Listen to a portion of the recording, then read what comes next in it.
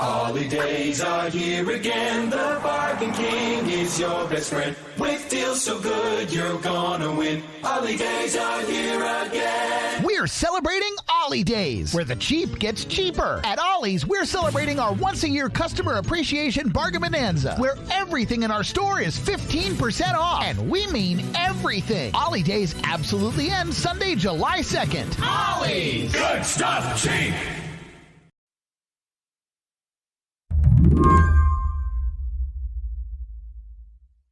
For the last couple of years, the armed forces in the United States has had a problem. They can't seem to find enough soldiers.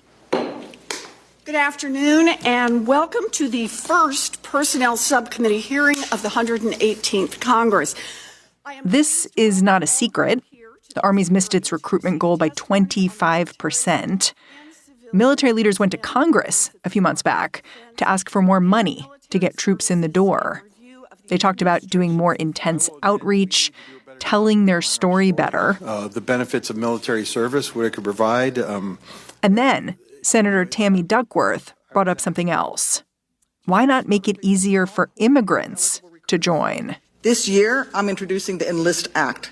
This legislation enables the Department of Defense to expand its recruiting pool to include individuals like DACA recipients and other longtime residents of this country who can pass a DoD background check and meet the service's high standards for enlistment.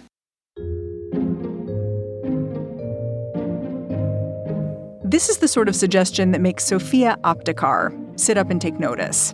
Sofya is a sociologist at the City University of New York. She says immigrants have always been a vital part of the military workforce. She's even seen recruiters with camouflage business cards in multiple languages that they can pass out. In military lingo, immigrants are talked about as force multipliers. They often have language skills that are useful, and that's considered a force multiplier. You're kind of getting more for the price of one. Right now, since the armed services, like every other employer, is facing a labor shortage, it makes a kind of sense that military leaders would want to lean on non-citizen soldiers. And now the Pentagon is looking to immigrants. Correspondent Evan Lambert is live for us in Washington. Evan, the goal here is to try to overcome years of recruiting shortfalls. Nicole, essentially they are saying anything can help. The military. It was the Air Force that ramped things up first, awarding citizenship to a handful of basic training graduates just this spring. These are Air Force trainees who became citizens. They came from Cameroon, Jamaica, Kenya, the Philippines, Russia, and South Africa. I was surprised at how high-touch recruitment seemed to be. Like, there was this one recruit to the Army Reserves, Asmita Bidari, who spoke to the Associated Press. She's Nepalese, and she talked about how she was in a Nepalese Facebook group for people in America who had come from Nepal and ran into a recruiter there. Yeah, it does seem like, it's part of kind of the larger picture of recruitment that is really intense. Like part of it is recruiters who, build relationships with ever younger youth through video games. And so this is part of that work, right? You have, you try to get the gamers, you try to get immigrants. Yeah, it's like there's this line between being familiar and being predatory a little bit, I guess. And I don't know when you cross it. Well, I think that you cross it immediately.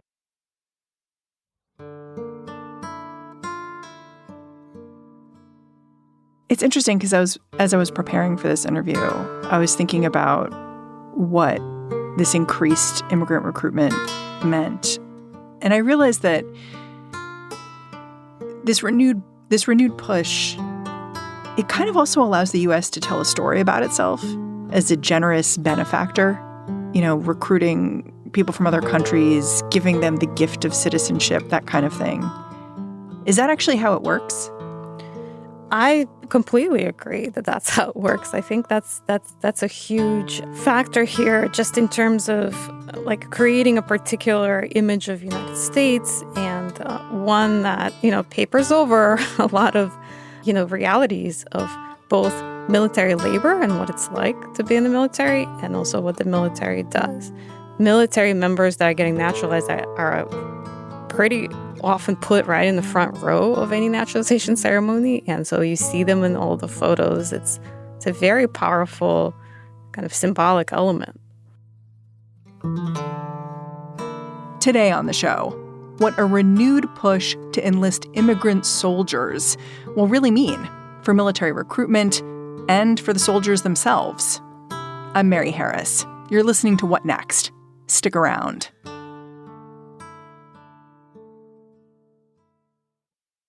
Holidays are here again. The Bargain King is your best friend. With deals so good, you're gonna win. Holidays are here again. We're celebrating Ollie Days, where the cheap gets cheaper. At Ollie's, we're celebrating our once-a-year customer appreciation bargain bonanza, where everything in our store is 15% off. And we mean everything. Ollie Days absolutely ends Sunday, July 2nd. Ollie's! Good stuff, cheap!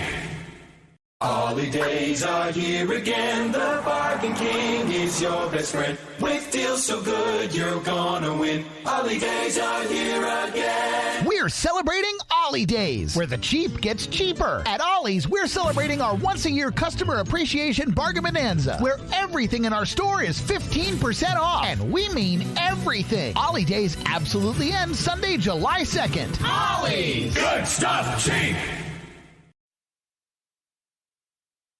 So immigrants have always been an important part of the U.S. military. Since when? Can you just explain their importance? Yeah, sure. Since the Revolutionary War. Like the state militias had, people born in Europe who were fighting in them. And throughout U.S. history, immigrants played a very important role as just like military labor. And for example, in the 19th century, you see immigrants recruited in the military using cash bounties. And as many as like half, in some of those conflicts, as many as half of the troops were foreign-born. Wow. And their recruitment allowed the U.S. to avoid drafts. Is that kind of always how it works? Like the recruitment of people from outside of the country allows you to keep other people at home?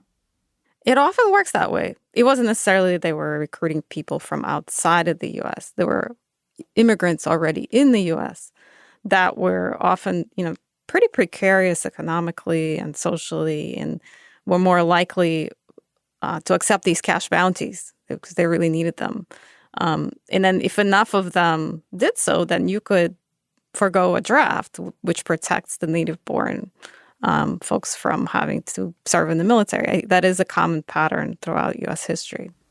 Talk to me about modern-day efforts to ramp up recruitment of immigrants. Like, my understanding is that 2008 marked a really big change in terms of how immigrants could enter the military and what that could look like for them. Several interesting things happen around then. So until right about 2007, 2008, getting citizenship through the military is actually quite difficult because the immigration process, for anyone who's gone through it or seen a loved one go through it, it's a lot of paperwork, appointments, fees. It's very hard to combine with military life where you are moving around. You may be abroad. It's hard to take a day off and drive 6 hours to a USCIS office for an interview. In reality, a lot of people just had to wait until they were done with their service to actually even go through it. And then you see right around then, policies are developed and put in place to facilitate the naturalization process, which is also then you can use for recruitment and say hey, look, there's a new program called naturalization at basic training, where you build in the naturalization process into the very, very intense basic training. So you're collapsing something that could take years into something much shorter? Months, yeah. Then what would happen for a lot of people, not everybody, but you would have at basic training graduation, you would also have a naturalization ceremony. The Marines standing before you today have completed the naturalization process upon arrival at Marine Corps Recruit Depot, Parris Island, South Carolina.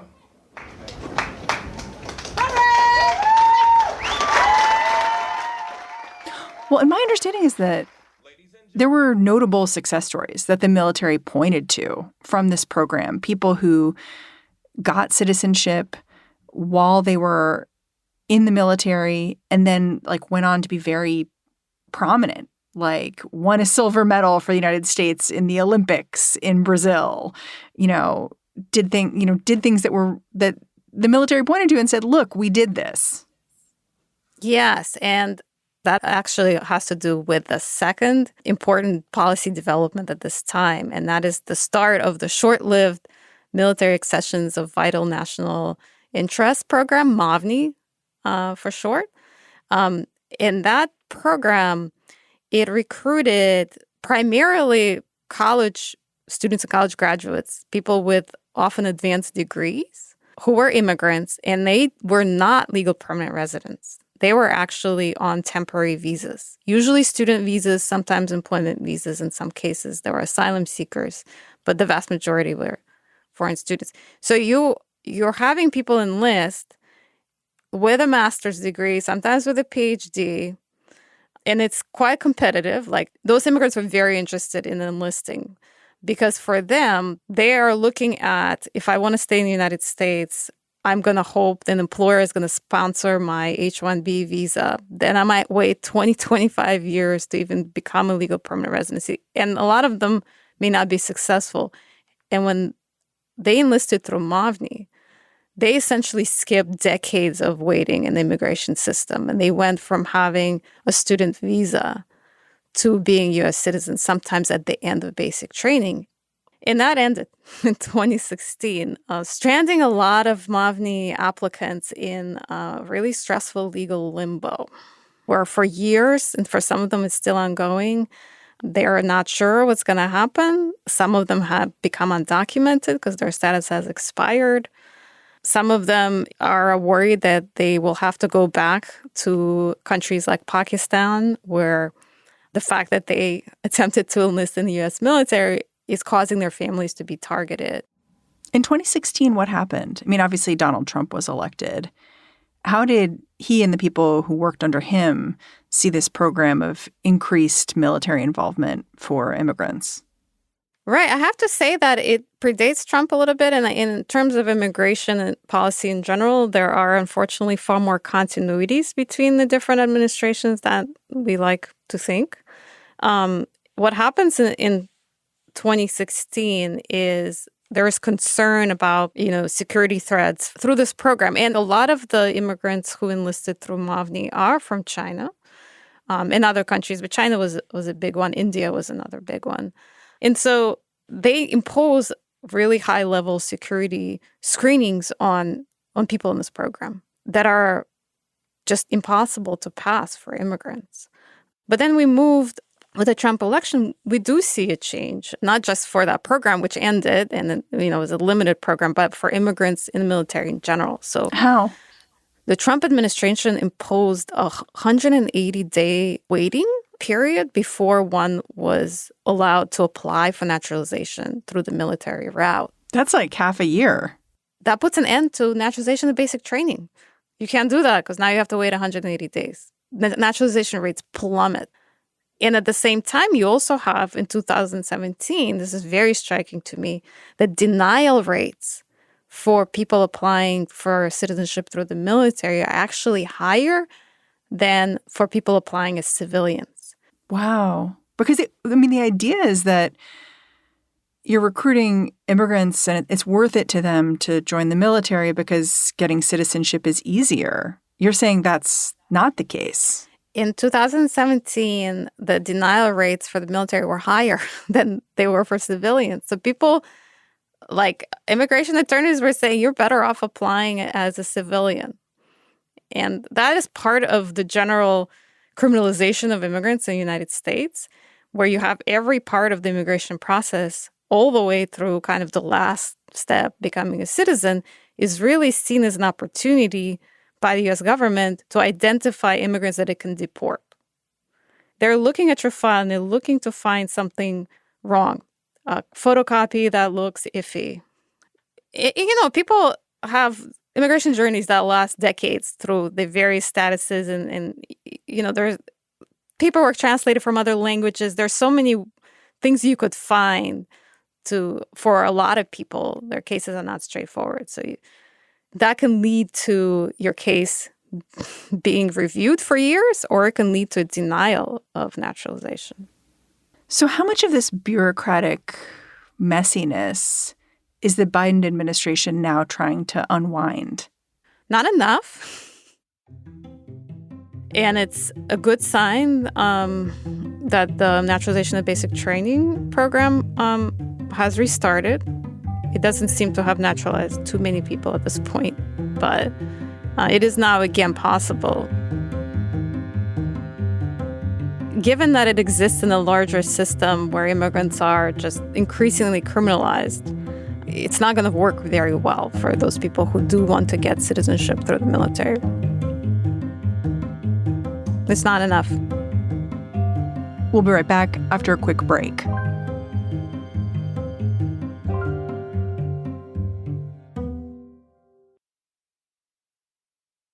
Holidays are here again. The Bargain King is your best friend. With deals so good, you're gonna win. Holidays are here again. We're celebrating Ollie Days, where the cheap gets cheaper. At Ollie's, we're celebrating our once-a-year customer appreciation bargain bonanza, where everything in our store is 15% off. And we mean everything. Ollie Days absolutely ends Sunday, July 2nd. Ollie's! Good stuff, cheap!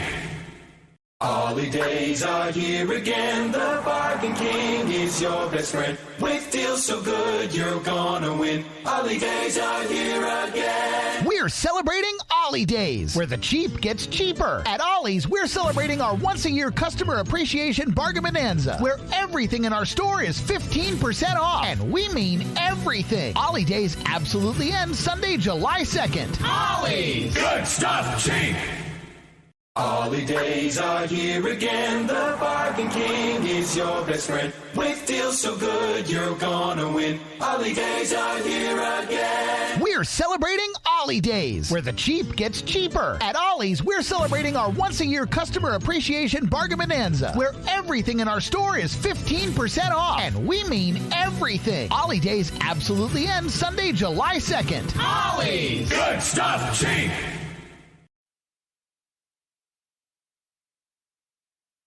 You've interviewed 72 people as part of your research, people who joined the military as immigrants.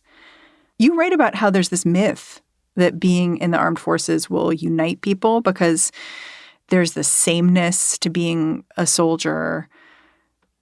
But you've said that doesn't really happen when you're an immigrant soldier. So how would you characterize what does happen? Like, are they more vulnerable in some way because they stand out potentially?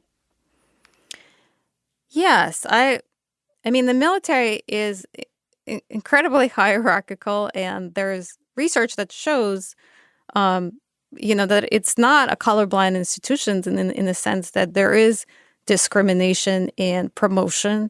There is discrimination in military justice system, right? The military has a separate justice system. Immigrants are entering this hierarchy and this system of discrimination. And on top of that, they're not just, racialized in a specific way. They also may not speak English fluently or speak English with an accent, and they stick out and are seen as by many that they work with and who supervise them as potential threats.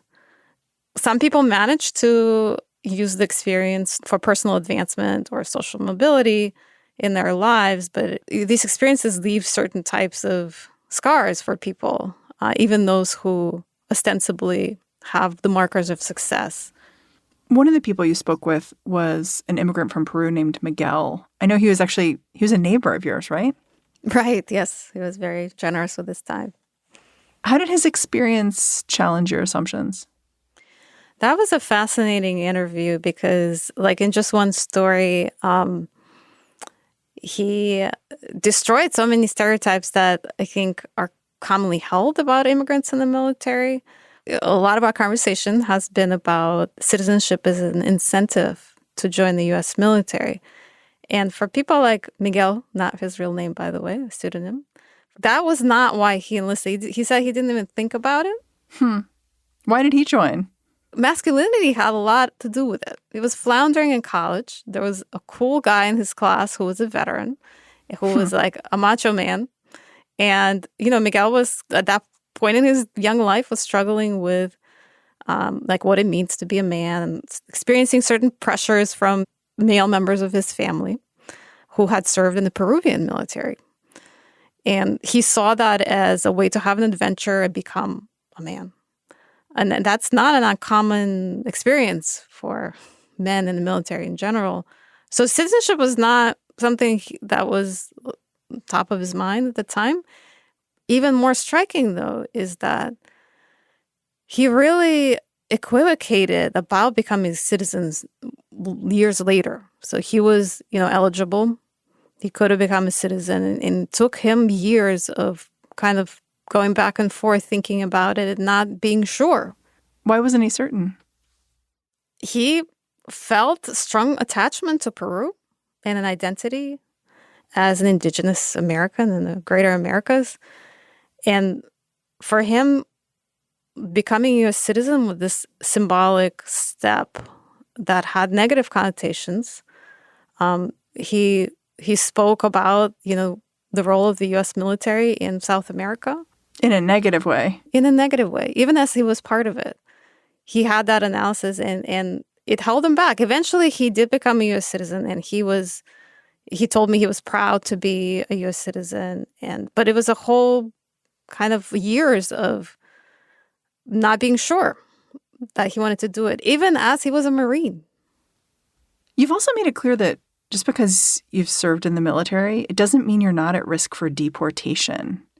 Can you tell me about Jack, one of the people that you spoke to, what his experience says about what it means to serve and how serving won't necessarily spare you from being kicked out of the country?